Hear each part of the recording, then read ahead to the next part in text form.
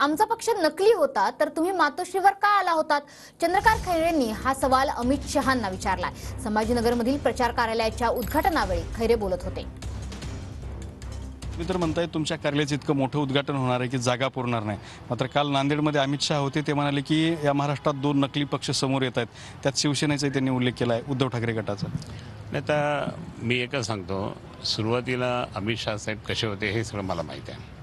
त्यावेळेस आम्ही खासदार होतो आणि त्यांनाही माहिती आहे आणि ते स्वतः नंतर इतके मोठे नेते झाले तर ते स्वतः माननीय उद्धव साहेबांना भेटायला मातोश्रीत आले आणि त्यावेळेस त्यांनी जे सांगितलं होतं की आपण अडीच वर्ष करू।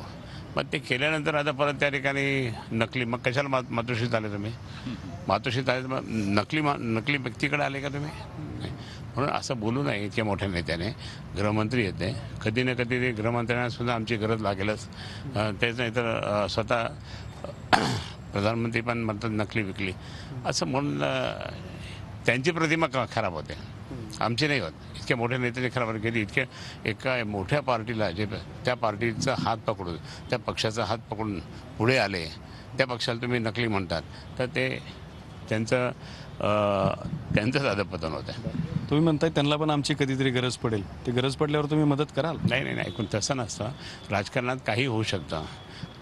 आमची गरज नाही, पण कधी पण ठराव पास करताना कुठे आम्हाला पण ठराव पास करावा लागला, आमचं सरकार आलं की मग एकमेकाचा ते राजकीय दृष्टिकोनातून एकमेकाला भेटत असेल, त्या उद्देशाने बोललो, बाकी नाही।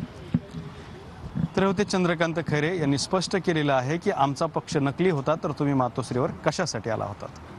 कॅमेरामन हर्षल सोबत दत्ता कानवटे, TV9 मराठी, छत्रपती संभाजीनगर।